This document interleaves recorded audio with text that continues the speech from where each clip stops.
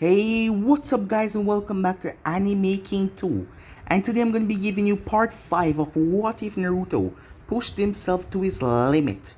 Remember to get this one to 300 likes as usual, share this to all of your friends in your social media platform, and also stay in tune for What If Naruto's a badass genius, and I do hope that you guys enjoy.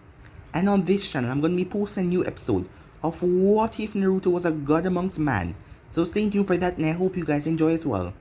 And remember, if you're new and this is the first time hearing my voice and you enjoy the videos on both Anime King and Anime King 2, go ahead and click that red subscribe button and become part of the Anime King family. And thank you for all of your help and support. And remember to comment down below and tell me if you're new. I'll be replying talking back to all of you. So yeah, without further ado, what is we begin this new episode? Start the intro.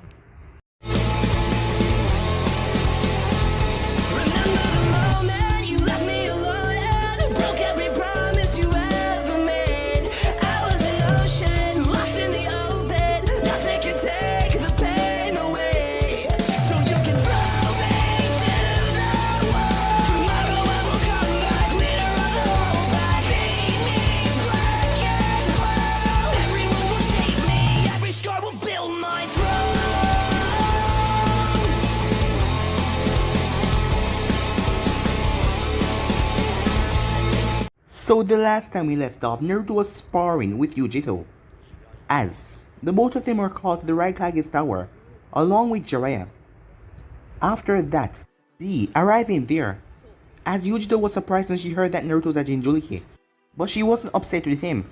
They just know each other for 2 days, so it's not like he should be going around telling anyone any secrets. But hearing that he was a Jinchuriki made her feel all the more close to him, knowing that he was the same thing as her. Some time passed after that as Naruto B and Yujito were in the field, as Naruto went into his mindscape by the instruction of B and Yujito to get the Kyuubi to cooperate, as the Kyuubi told him that he didn't feel like giving him his power, but Naruto asked him if he wanted to be sealed in a statue. The Kyuubi simply scoffed and told him that he would lend him his power for now, as two tails came behind Naruto as he started to battle Yujito. 6 months passed after that, as Naruto and Yujito has gotten rather close. Everyone around Kumo knew that, calling them boyfriend and girlfriend, but it was time for Naruto and Jiraiya to leave now, as Yujito was rather sad. But before they left, Naruto and her slept together, as they arrived at the gate to greet them and say their goodbyes, as she hugged Naruto rather tight and told him to come back safe, as he gave her the Harishin Kunai so she can call him every 2 weeks, as the both of them can talk and spend time together. As with that he said his goodbyes and they headed off, as Naruto asked Jiraiya what now. Meanwhile, Oniki was bombarded with questions from one of his younger ninjas, as that man lost his mother and father and his brother when Minato attacked and slaughtered the ninjas off the stone. So he wanted revenge on Naruto. Hearing that, the Yellow Flash had a son, as Naruto was in the bingo book as the second Yellow Flash. But Oniki said no, the boy has too much supporters. Going in right now, they would just get the stone in trouble. So Oniki told the man, no. He will not go after him, even though Oniki had hatred for Minato. He was not a stupid old man. You couldn't be stupid and beat Tsuchikage after all. Naruto and Jiraiya went to the land of Spring, as Jiraiya was going to continue his training here. As Naruto met up with Koyoke, she was shocked to see him, as the both of them spent a month together before the director arrived. The movie that was being shot was going to be filmed after Jiraiya's book, where Koyoke had sex in the movie, as she signed this before she became a daimyo. But she already gave her word, and this director, if he knew that she broke her word, he could blacklist her as she wouldn't work in any more movies. In the underground cave, the Akatsuki has been gathering information, as Zetsu arrived and told them about Naruto and what has been going on. But Pain told them not to worry and continue with their plan. After Jiraiya heard from the director that the man that was supposed to be with Koyoke in the movie, he came down with a cold, he turned towards Naruto with a smile. As Naruto said hell no, not on TV. As Koyoke said she didn't have a problem with it. Everyone was shocked to hear that, as Naruto and her went on a date in the night so they could talk about it. After arriving at the restaurant, they started to talk, as they were talking about the sex scene in the movie. As Naruto told Koyoke about his 2 girls, as she was shocked, 2 fiancés, as he was planning on making Mei one of them as well. That is why he gave her the article about Konoha, it was about the CRE, as he started to begin to tell Koyuki about the CRE. So yeah guys, it was basically the last part we left off. You guys can switch across the place and check out for yourself, so let's start this new episode. Two fiancés, Koyuki said. As Naruto nodded as he started explaining about the clan Restoration Act that was set down when Konoha was just founded. Koyuki listened to him with an odd detachment. In all honesty, it didn't sound that odd. It may have sounded strange to a civilian, but she understood. She had studied up on ninja villages and most of their laws, so she knew they had things like this. Especially if one of the clans that held the bloodline was going extinct, they would have to go under the CRE Act. And also, a lot of the daimyos, the males, have either multiple wives in the elemental nations. She knew that Naruto had a clan because his father as well. When word spread that Naruto was a son of the Hokage, a lot of different royal families in various countries had actually talked about forming an alliance with Konoha through marriage. And her country had been one of those that approved of him when he was brought up as a candidate for marriage. However, she did not know about the CRE and she was sure that the others on her council did not know, or they would have brought it up. She focused her attention back on Naruto, who seemed to be finishing a small speech. And that's why I don't feel comfortable doing this. I don't want to have sex with you just because of the movie, he said. So, if it was more than just for the movie, would you, she asked. If we were getting married, I would, Naruto said. If it had been 2 years ago, I would, he said. But, I actually have a woman who I'm already going to get married to, and plan to ask the other one when I see her again, and I don't want to betray their trust by them seeing me in a movie, having sex with you, to be seen across the elemental nations by all of those perverts. Koyuki smiled as she looked at him. It seemed like he was a romantic even when he had to marry multiple women. He had their trust still on his mind. So, say we could get married. You wouldn't mind, she said. I suppose it wouldn't be as bad, Naruto said. But, then there's no problem, she interrupted. I'll just go to the council and tell them we're going to get married, she said. Naruto blinked and stared at her, like she has grown a second head. It couldn't be that easy, could it?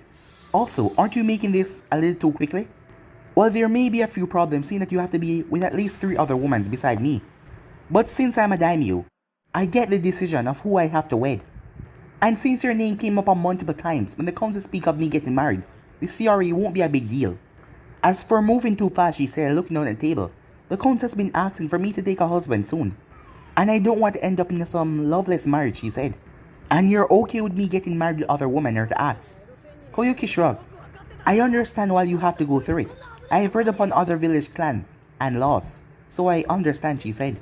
I may not quite approve, but she said, I'm willing to work with it. To be honest, when you saved me from Dodo and my own darkness, I was wondering if we could be together, she said. As Naruto gave her a smile, she just smiled back to him. As the waiter then came over to them with their food, as they then talked about various topics. As they ate their dinner, after finishing, their bill came. As she was about to reach for a check, I got this, Naruto said. But shouldn't I mean, if it's about money, Naruto said, you don't have to worry. Because of my book, I currently have 36 figure in my account. She tilted her head. What book, she said. Naruto held up his hand as he channeled chakra to a seal on his wrist as a poof appeared. And a book arrived with a blue cover. She looked at it. Wait, you wrote this? Yeah, I did. Naruto looked at her eyes as he came to a stop, seeing her eyes basically sparkling at him. As she quickly took it from him. This book is my absolute favorite, she said. Do you think you can sign it for me, she said, squealing like a fangirl a bit. Sure, Naruto said. To Koyuki, one of the most beautiful and stunning women I know, love Naruto, he wrote.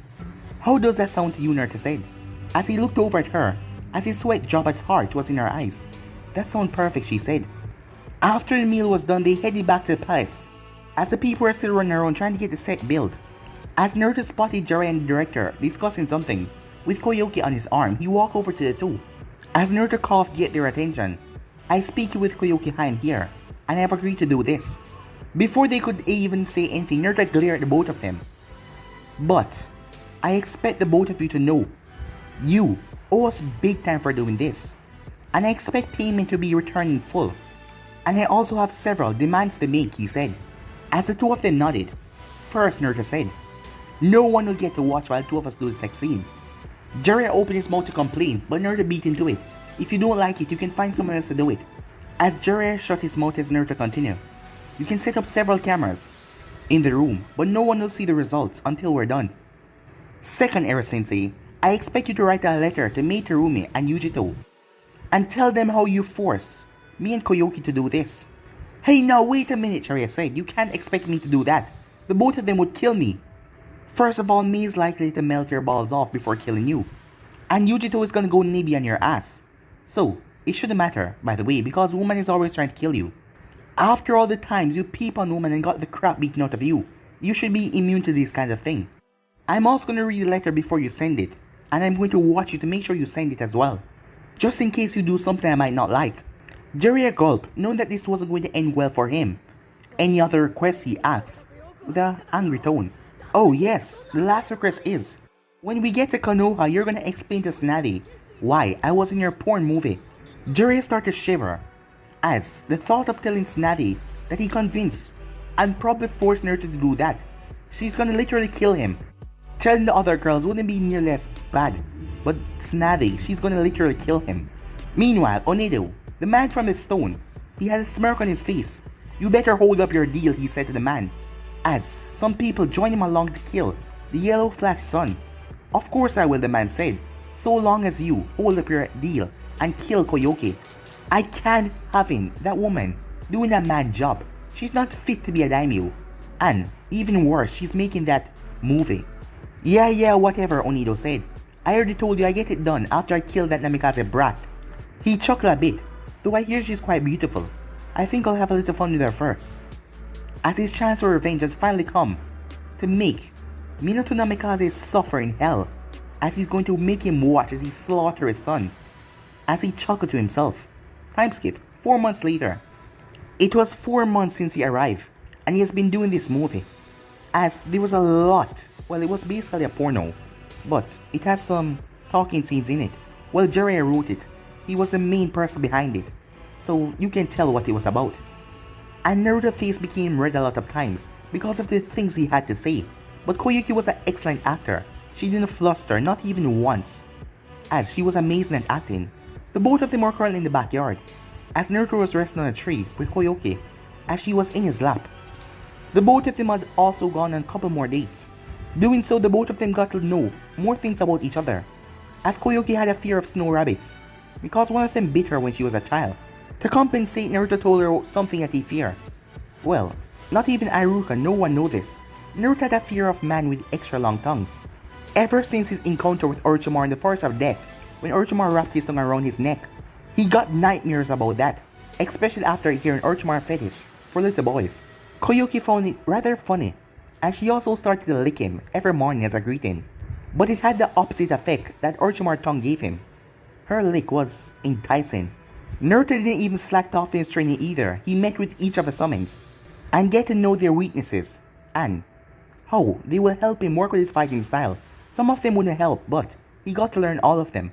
Jiraiya also teach Naruto a lot of technique with regarding to the toads, as Naruto could summon the inside of a toad to trap his enemies, and he also can become one with an enemy shadow, at the same time paralyzing them, and he can also hide in a toad, a very small toad. As Jiraiya and the toads were impressed how efficient he had become in them. Naruto was snapped from his thoughts as he opened his eyes slowly. Huh? He said. What will you do once you become Hokage? Koyuki asked. I mean, what will you do after you accomplish your goal? She asked. Well, he said, there's actually a lot of things I want to do. As Koyuki looked at him, he just stopped talking. Well, she asked. Well, I could tell you, but what would be the fun in that? It would be more fun if you try to figure out on your own, he said. Koyuki scowled at him for a second, until both of them burst out laughing. She then rested her head back on his chest. Hey, she said, listen to his heartbeat. Do you have any name for any children? When we have kids, she said. Naruto's face became extremely red. What? He said. Time skip. Something was off. Naruto was looking around for Koyuki, as she wasn't one to be late for their dates. As he made his way towards the set to see if the director or anyone see her, because the man's office was empty, no one was in there. When he got there, his eyes widened. Everyone was on the ground, unconscious. Moving over to the director, who was slumped down in his chair, Naruto quickly unsealed a scroll and unrolled the medical components. Naruto did a diagnostic on the man, and there was chloroform in his system. It was a form of nerve gas. As Naruto quickly went towards Koyuki's dressing room. As he entered, several makeup kits, the table, the decks, everything was thrown around the room. There was a struggle. As Naruto channeled the Kyuubi chakra into his nose, as he could smell the chloroform, here as well. As he realized that someone must have infiltrated the palace, snuck in, chloroform, Koyuki, either sometime or after letting out a knockout bomb of gas in the set room. As Naruto frowned, know that sneaking into the tower would be a nearly impossible task, even for someone like Jiraiya and his caliber. Mean there's a traitor here. Naruto quickly went through hand sign as he summoned a small messenger toad. I want you to go to Jiraiya and tell him that someone has kidnapped Koyuki. Let him know there is a traitor within the palace, or on the council, and find out who it is. The toad nodded as he went off to find Jiraiya. As Naruto started to sniff again as he smelled a faint trace of earth. It left several possibilities, but one of them stood out to him the most. Crouching down similar to a bloodhound, Naruto started to sniff out the smell.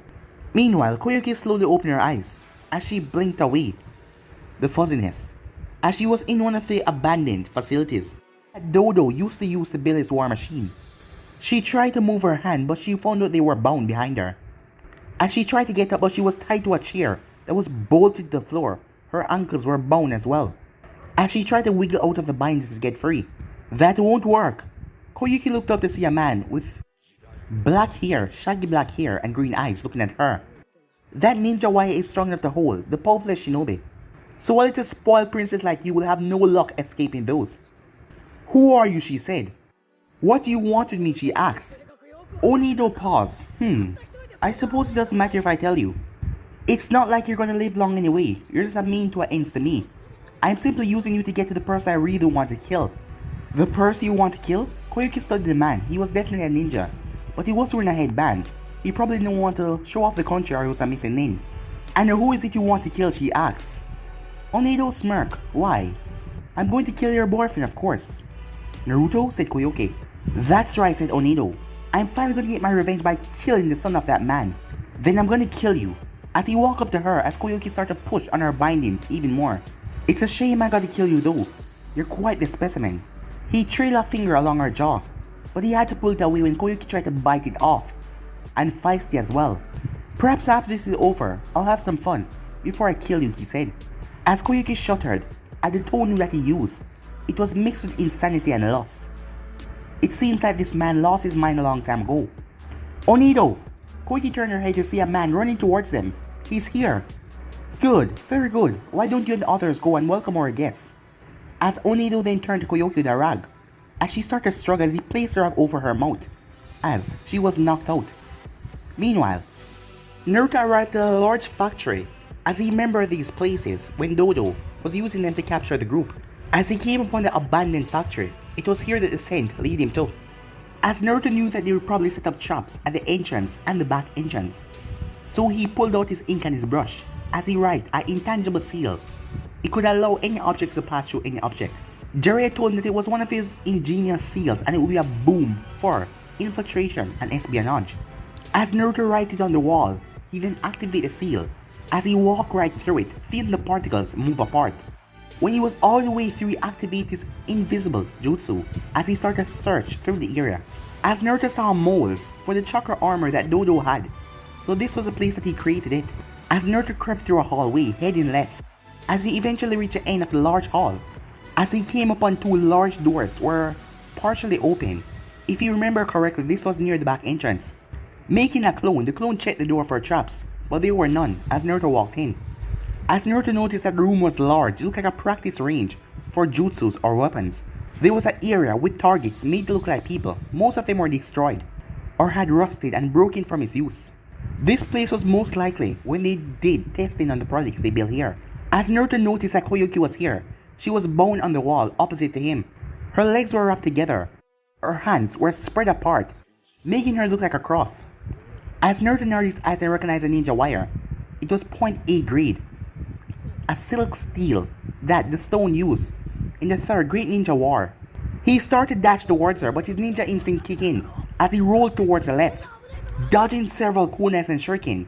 Once he came upon his feet, he realized he was surrounded, as there were 6 of them, most of them looking plain, as they were wearing ninja clothing with no identification marks, or did they have on headbands. The only mercenary group he knew right now was Akatsuki, so he didn't know who these guys were. The thought that this was also a trap for him rather than Koyoki. His only enemies right now was Akatsuki or this in a stone, and Akatsuki would come after him theirself, and the stone would rather kill him theirself. As Naruto saw the smirking man in front of him, as Naruto recognized him, Onido, Kakashi, an A-rank ninja of the Hidden Stone, known as the Iron Fist Onido, specializing in using the stone and the iron particles in the air to combine it with his arms, giving him immense strength, similar to that of Tsunade. Onido's smirk widened, just what I would have expected from the son of that man. But your knowledge won't save you here. If you give up, I might let your girlfriend spend some quality time with me before I kill her. Several earth spikes came under Naruto, but Naruto was faster as he flipped up in the air, throwing several kunais towards Onido. Ninja art, kunai clone technique, he said. As the 5 kunai became 50, as Onido jumped out of the way, pulling out a kunai to deflect the others that he couldn't dodge. As Naruto then dashed forward, but 2 of the ninjas appeared right in front of him, one of them going for a high kick, and the other one trying to take Naruto out at his knee. Naruto ducked under the first kick as he then pushed off the ground, jumping over the kick that was about to take out his knee. As he spun in the air, smashing his foot into their faces. The 2 men were sent flying as they smashed into the wall, cracking it. Naruto then twisted his body as a kunai passed right by his face. With the man so close to him, Naruto brought up an uppercut right under the man's chin that knocked all senses out of the man and sent his body sailing towards the ceiling, where his head smashed right through it. Naruto then tilted his body as a kunai passed him, but he grabbed it in mid-air and spun around and thrust it straight back into the man, with wind chakra added to it as it teared through the man. As the man collapsed on the ground screaming out in pain, another stone shinobi rushed at him, trying to impale him, as Naruto flipped over and ran through hand sign, wind release, ear drilling bullet. The attack flew from Naruto's mouth and smashed into the man's chest, as he rolled several times before slamming into a wall and coming to a stop. Earth style, Earth river flow. Naruto cursed as he found himself slipping on the ground as a large river of mud crashed into him. Earth style, Earth rising spears. Several spikes shot out of the mud and impaled Naruto all over, but he then poofed away. The real Naruto appeared right behind the man with a Rasengan, smashing it straight into the man's back. As Naruto turned, all of them were down. Onido was gone though, and so was Koyoki. Meanwhile, damn that boy, said Onido as he was cursing, carrying the unconscious Koyoki over his shoulder. He thought if they caught him off guard, they would be able to take him out.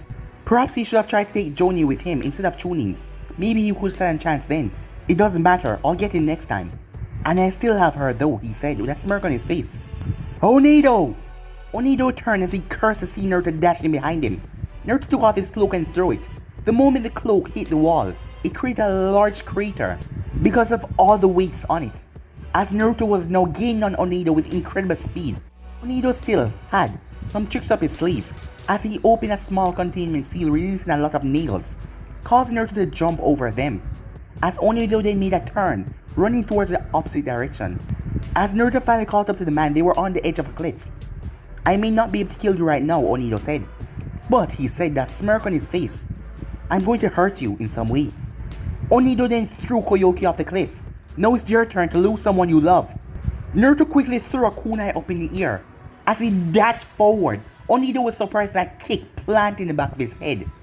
That smashed him straight down to the ground. Naruto then dived off the cliff as he pushed forward with speed, going straight down for Koyoki. As he grabbed her, he then flashed away, appearing, grabbing the kunai that was still in mid-air. As Naruto looked at Koyoki, who was still unconscious, as he placed her on his shoulder, Onido slowly started to pick up himself until he looked up to meet face to face with Naruto, who smashed his foot right in his head, knocking him out. With luck, Jiraiya will be able to interrogate the man and see if it was a stone trying to kill him or if he acted on his own. A few days later, Naruto was in the room with Koyoki as Jiraiya entered. He threw a scroll towards Naruto as Naruto caught it. I got the information you wanted, said Jiraiya. Who was it, Koyoki asked. It seems that the one who allowed them to infiltrate was a council member by the name Kawasaki Fuiki. He had apparently made a deal with Onido to allow entrance, so long as he killed you, Koyoki Dano. I am not surprised by that, said Koyoki, when Dodo had his coup d'etat. Kawasaki completely vanished. At the time we thought that he was killed off, but he returned sometime after, claiming that he was in prison, but we are still suspicious of him, but no one could prove anything of him though. Jiraiya nodded. It seemed like he has been hiding out in the isolated regions in the north. He was part of Dodo's coup d'etat. My guess is, seeing that Dodo failed, he was waiting for the right opportunity to kill you and take over himself. But he won't be a bother. He was arrested by your forces just a few hours ago. As Koyuki nodded, what about Onedo? Naruto asked. Was this an assassination or just a man driven by revenge? Apparently it was revenge. I was able to find out that he was told specifically to not go after you by the Tsuchikage. It seems that with the old man ordering him not to kill you, he became unhinged. He wanted to make you suffer for being the son of Minato. Very well, Naruto said. I will send a message to the stone, making them know to keep a better leash on their ninjas. And they should send some kind of repetition to me and Koyuki for not making a war over this little incident. Jiraiya nodded a smile. That was both a good and wise idea. As the Tsuchikage realized it was only because of Naruto that his village would not be attacked. This assassination should also keep their ninjas in check. Seeing that they fail, and they will have to be wary of Konoha finding out. Time skip. Oniki was in his office, as he has not seen Onedo in a few months. After his conversation, as he knew that Onedo was obsessed and the hatred was too strong with Minato Namikaze, perhaps he shouldn't have shrugged it off like that. He heard a knock at his door. Enter, he said. As one of his messenger ninjas came in, Sir, this scroll came from Haru no Kuni. Oniki frowned as he took the scroll. The stone has no relationship with them, since they stopped exploiting coal from them all those decades ago. What could they possibly want? As he opened it and read, Dear Third Tsuchikage, I regret to inform you that several days ago, your ninja Onedo and 5 Chunin 11 ninjas were killed after a failed attempt assassination on my person.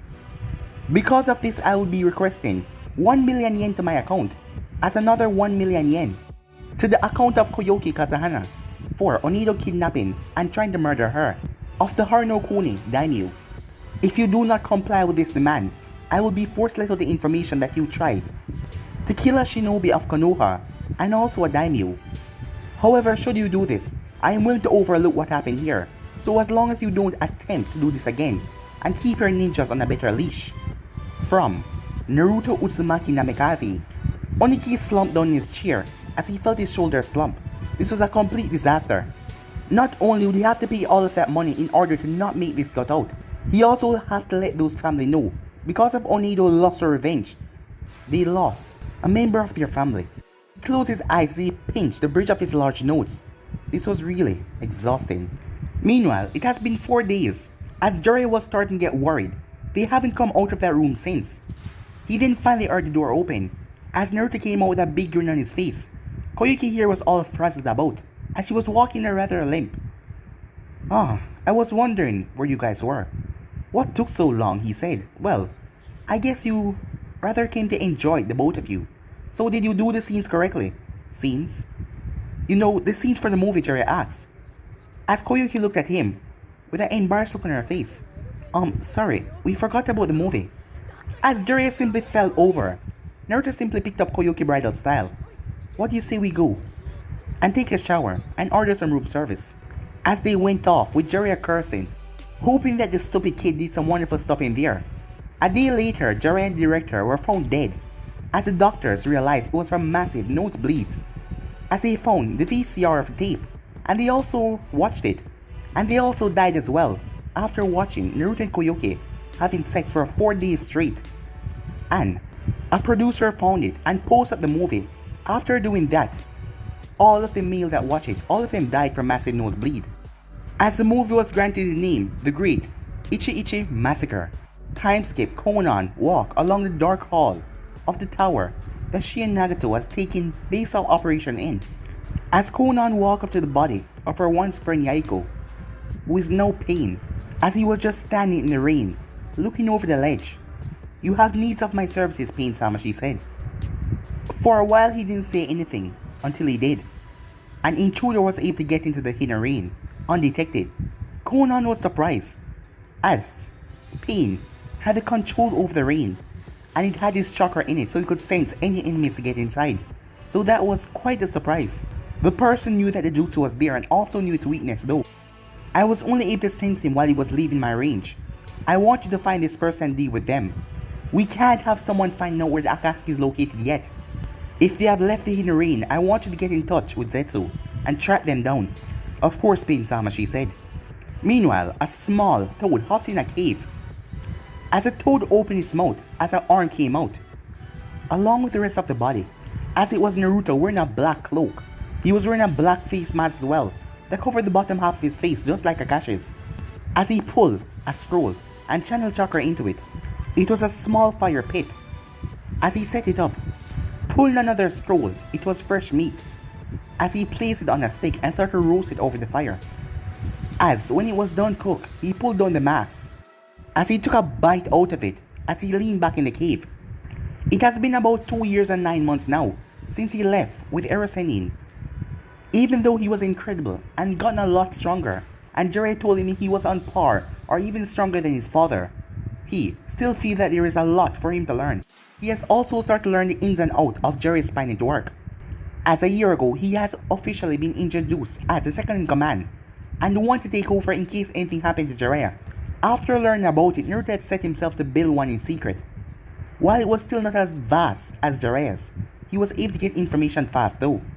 This because Naruto didn't use people for his spy network, but a rather extensive sealed arrays based off of Sarutobi's crystal ball that he used to keep a watch over the village. It was called an information sealed array. It picked up the vibrational tone and the wavelength people speak in, and it was sent to several clones who were in the seal. As every month Naruto was get, information just poofed into his mind. It was easiest, most greatest and accomplishment with seals. But it had some drawbacks. When the clones dispel, it will take a full day of meditation to sort through all of the information that he got. And he needed a safe place to sort through the information. If he was in battle, it could easily leave him vulnerable to attack. But Naruto set up 2 safe houses where he could hire Shinto if he was ever in deep trouble. One was in Kiri and one was in Kumo. And he also got a lot of useless information, so he had to sort through the trash. But Naruto was mostly focused on knowing everything about the Akatsuki. Unfortunately, his information had drawn up blanks. The only thing on the group, you already know that, they started up as a mercenary group, and now they were after the Bijous. And that led into the hidden rain. As the village has been in a lockdown for several years now, no one knowing, people hearing that the place has been under a civil war. And seeing that he didn't have any other leads to follow, Naruto decided to come here. Not even telling Jiraiya about this. He didn't find out much, he'd been there for 2 weeks. All he found out was about the 2 figures that ruled the village. A man known as Pain who killed Hanzo. And he was incredibly strong to kill Hanzo because Hanzo was said to be powerful than Hiruzen, even in his prime. This Pain also have a deep grudge against Hanzo. He killed the man and everyone associated with him, and also his entire family. The other one was known as the Angel of the Hidden Rain. She was Pain's messenger, who spoke to the people. He did not find out much more other than Pain has an impenetrable sensory jutsu that he used by pushing his chakra into the rain. Naruto was snapped out of his thoughts when he sensed someone outside. As he set up some precautions outside the cave, he quickly created a clone to clean up what was in here. As Naruto came outside the cave, looking through the forest area, seeing nothing, he frowned. He was just about to go inside when instinct kicked in, as he quickly rolled away with several shurikens impaling the spot that he once was. As he looked at the shurikens carefully, is that paper? As he quickly dodged another set of shurikens. As he quickly created a clone and replaced himself with it, hiding himself in the forest. As he looked around trying to create a strategy. As he created several clones, they placed the invisible jutsu over themselves, trying to find out who attacked him. As Naruto crouched down in a tree waiting for the information to come to him. As he found the information, as it was a woman with blue hair and an origami flower in it, and she had on the Akatsuki robe. She matched the description of the so-called angel in Hidden Rain, but there was also something familiar about her. But deciding not to waste another minute, Naruto shot towards her, speeding out of the tree. As he pulled out several kunai, throwing them, he raised an open palm to them. Wind style. Wind gale palm, he said. As the woman didn't expect them, and they moved so fast with Naruto increased speed. As she got a few cuts, she quickly made several paper shurikens that made out of her cloak, as she launched them towards Naruto. Naruto fired a wind blade towards them, as her paper was shredded as a wind blade carried on to hit her. But wings came out of her back that was made from papers as she soared up into the air to evade them.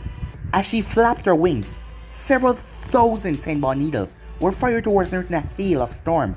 Naruto unleashed blades of wind with his own blade as hundreds of them were shredded or blown away.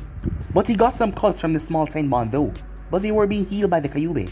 As he looked up to see the woman still in mid-air, deciding to bring her down, he launched several powerful blasts of lightning from his sword. As she was dodging, he created a clone that disappeared in a burst of speed.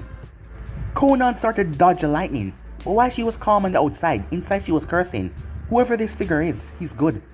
So far, none of her powers had any effect on him, as she couldn't see who he is because of the cloak. Even though she was not the strongest in the Akatsuki, she was in the middle range. She quickly burst herself in the paper, as she had to caught him by surprise. But her concentration was quickly broken when her wings were sliced off. Turning around, her eyes went wide to see the blonde ninja right behind her. She was not given a chance to anything as he kicked her right in her sternum. She broke through a couple branches, but she did not hit the ground as she made her wings stop her just in time. She landed on the ground though. She had to duck from a punch from her blonde attacker as she saw his blonde hair. She jumped back to gain some distance, but it was no use as he kept the pressure up. Realizing she needed to fight back, she channeled chakra into her hands, turning them into paper blades as she made them solid with the chakra, infusing them as she started to aim for vital points to kill him. As Naruto found himself on the defense as he had to weave and dodge her paper blades, as it was the first time he was fighting someone with two blades and it was difficult to keep up with it. But still, as he channeled wind chakra into his blade and sliced through one of them, as he thrust his blade right towards her, she moved out of the way as the blade stuck right in the tree. She turned around now as she was about to end this. Now he was defenseless. She then felt a prick in the back of her neck before everything went black. As she collapsed on the ground, the Naruto in front of her poofed away as the real Naruto emerged and picked her up and brought her to the cave. Moments later, Konan slowly opened her eyes as she wondered where she was. At the moment, she could only see blurs. As she shook her head to clear her vision, she tried to remember what happened. Nagato sent her to find the intruder, and she found him, a man wearing a cloak. "I'm glad to see you're finally awake," she heard a voice. As her head snapped, as she turned to see, the shinobi sitting over there. He was in front of a fire. It was like he was cooking some stew. As she tried to get up, but she was tied and bound. As she saw 8 grey ninja wires binding her legs and her arms. She tried to channel her chakra, but she couldn't feel it at all. "That won't work," Naruto said. She snarled at the man, real emotion showed on her face. In the first time for a couple of years. "What did you do to me?" she asked. "I seal off your chakra," he said with a shrug, like it was the most obvious thing in the world. Konan's eyes widened a bit. "What?" "Would you stop shouting?" Naruto said in an annoyed tone. "Since you attacked me, I decided to seal off your chakra." As he looked at her, she could almost see the smirk through his mask. "If you're a good girl, I'll give it back to you eventually." She glared at him as she started to struggle even harder, but Naruto knew that it was futile as he simply turned his attention back to his stew. As it took half an hour for her to realize that she couldn't escape no matter what. As she calmed herself. Without her chakra, she was helpless as a civilian. With nothing left to do, she simply stared at the ceiling of the cave. She then smelled something delicious. She then turned to see her captor, leaning down next to her with a bowl of stew. "Are you hungry?" But she said nothing. "You know not answering me only hurts yourself, right?" "I am not hungry," she said, but a second later her stomach betrayed her and grumbled a bit, as she blushed in embarrassment despite the situation. "So hungry," he said, with an amused tone. "It's not like I can eat anyway," she said, wiggling her arms that were tied to her body. "That could be a problem," he said, with an amused tone in his voice, making her scowl at him. "And unfortunately I can't just untie you, that would ruin the entire point of tying you up in the first place. Aside from the point I don't trust you not to kill me the first chance you get. Thankfully though, I have a way around that."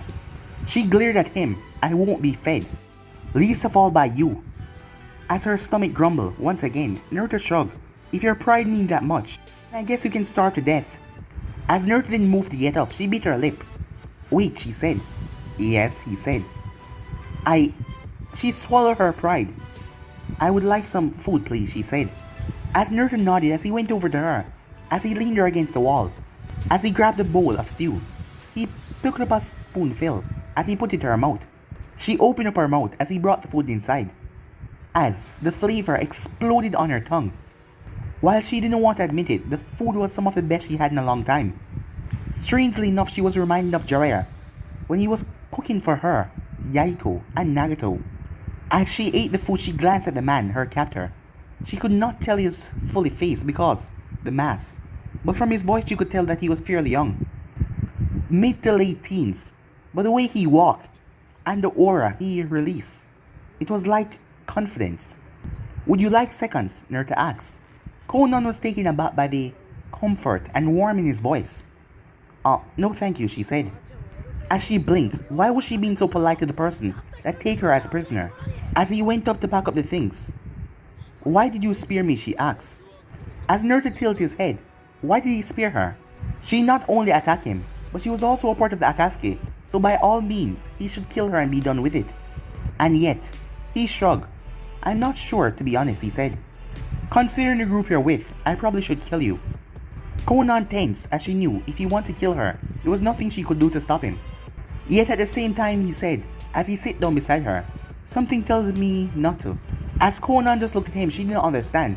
Most shinobi would have probably killed her by now or at least raped her.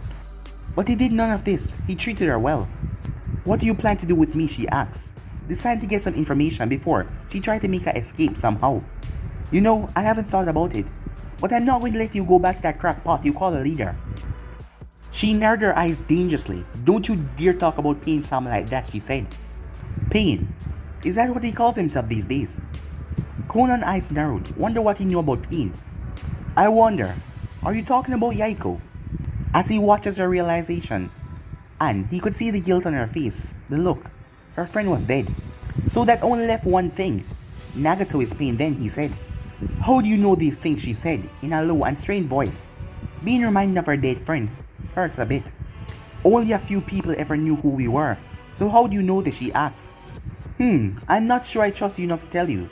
Maybe I will later though, if you earn my trust, he said. Realizing that she wasn't going to get anything out of him, she stayed quiet. Eventually she felt sleepy. Despite being with her enemy, she fell asleep. As Naruto got a sleeping bag and placed her inside. Now that she was sleeping, she looked peaceful and innocent, compared to the neutral or angry look she gave him when she was awake. As Naruto decided to went into a very light sleep as well. Time skip, Konan woke up as she smelled a heavenly aroma. As she realized she was tucked into something, it was a sleeping bag. Good morning. As she turned to see Naruto at the open fire with a pan in his hand. Breakfast will be up just in a minute, he said, as he flipped something and catch it back in the pan. A little while later, he came up with her with a plate with what looked like bread of some kind. Much to her protest, he unzipped the sleeping bag and picked her out of it as he propped her up against the wall. Do you want butter on these? As she blinked, as she tried to keep her neutral expression. What are they? As Naruto tilted his head to the side, he then shrugged and decided to explain. It's called French toast. Apparently, they are foreign food of some kind, but I have no idea where they come from. So, butter? As she merely shrugged, caused Naruto to sigh. I suppose I can try both ways then, he said, as he cut it in half. As he used a fork and brought it to her mouth, she hesitated, but then she took a bite. And it was amazing just like last time. And she did not hesitate the second time when he brought it to her mouth. As he continued to feed her, she had no clue why he was being so nice to her. Even going so far to give her food and place her in a spare sleeping bag so she would not get cold during the night. Nor had he touched her inappropriately in any way. If he had, she would have noticed. As she was getting frustrated at his strange behavior, what was he up to? As she looked at him, aren't you going to eat? Despite eating, he hadn't had a bite of food. As she wondered, what if he poisoned it? Wait, why would he do something like that? It wouldn't make any sense, she thought. I already ate this morning before you woke up, Naruto said, but thank you for the concern. When she finished, Naruto went about cleaning the dishes and getting rid of any evidence that he was ever here. As Naruto then turned towards her fully. Why do you do it? Why do I do what? She asks. Why do you follow Nagato? But guys, it'll be in this episode right here. If you want to see the next part of this, you know what to do. Like, subscribe, comment down below, and turn the bell notifications they posted. Remember, share to all of your friends on your social media platform. But for now, I'm out. See you guys soon. Peace.